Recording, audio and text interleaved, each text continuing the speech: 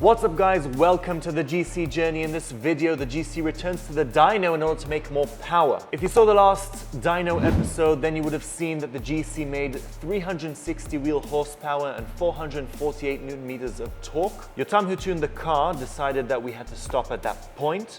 And so he's here with us today. And Yotam, I wanted to ask you so that the people watching can also get an idea. What was the reason that you decided to stop at that point? I decided to stop due to high injector duty cycle as a result of fuel pressure drop in high RPM. And that leads me to believe that we might have a voltage supply issue to the fuel pump. And what do we need to do in order to overcome that voltage drop issue? Eliminating the factory fuel pump wiring bottlenecks. All right, so we'll now show you Yotam's method of wiring for overcoming the voltage drop issue so that if you ever run into the same issue, you'll have a simple and effective solution. And after that, it's off to the dyno. The factory fuel pump wiring runs from the front of the car to the rear under the carpet trim on the right-hand side.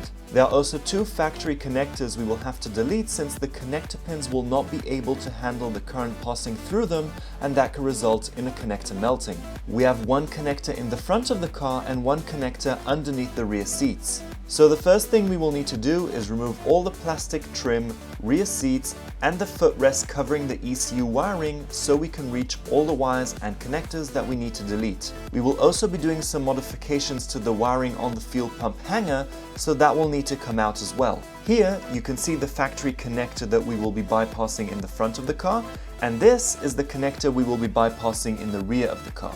Starting with the fuel pump hanger. The factory connector uses one wire for power supply and one wire for ground. Yotam is going to use both of those pins on the factory connector for the power supply. That way the power supply is being shared over two pins instead of one. For the ground wire, Yotam is drilling a hole and tapping it to receive an M6 bolt to act as the stud for the fuel pump ground wire. So by doing this, the fuel pump will receive a healthy power supply and a nice larger gauge ground wire. The bolt is of course sealed with some liquid Teflon, and that's the fuel pump hanger wiring done. After that, the hanger is put back into place and all the fuel lines and factory connector can be connected. Yotam carefully drills another hole in the chassis for the fuel pump grounding post. This way, the fuel hanger cover can be refitted with no issues, and that will ensure proper sealing. Now, onto the wiring. Starting with the rear connector, Yotam takes the two factory power and ground wires for the fuel pump to both act as power supply wires. He crimps them together on one side and on the other crimps a new larger gauge power supply wire that will run to the front of the car. At the front of the car, pretty straightforward, cut the power supply wire going from the fuel pump relay to the factory connector and crimp it to the new power supply wire we ran from the rear. So now with the new fuel pump wiring properly done, we are ready to head off to the dyno.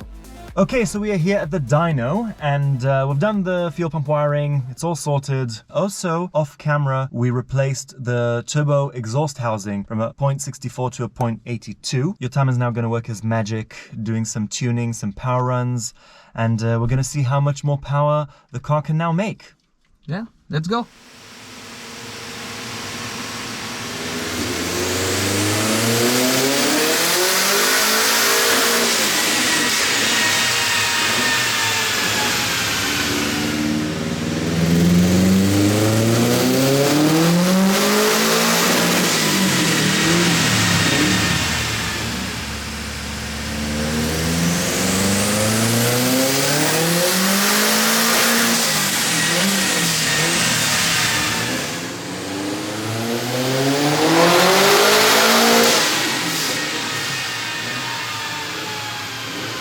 So,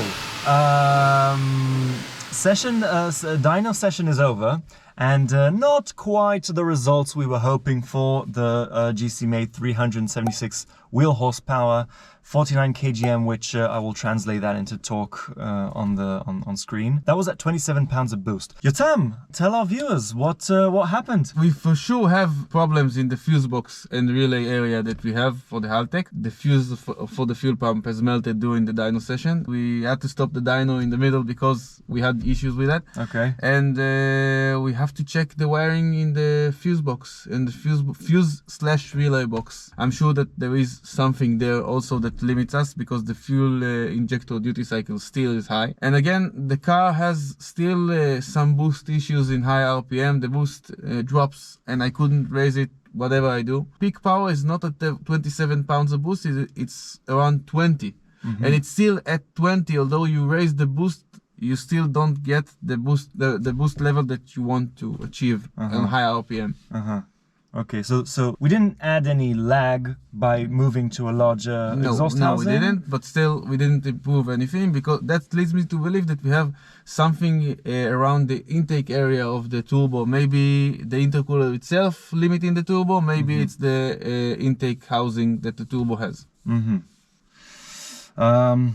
Okay, that's a lot of information to take in. It looks like there's some kind of restriction in the air intake side. We don't know if it's the air filter, it's the cold side of the turbo, if it's the intercooler, top mount intercooler. Something is restricting us with airflow, and there's the Haltech fuse box, which is well, it Kind of restricted us when it itself. So with all that said, not the result we were hoping for, but it is what it is. That's life. We'll definitely take whatever we learned from this dyno session and implement it towards the next dyno session. So if you'd like to see how the GC performed last time we were here on the dyno, then you can click a video which will appear on screen somewhere. So till next time, thank you very much for watching, and I will see you in the next one.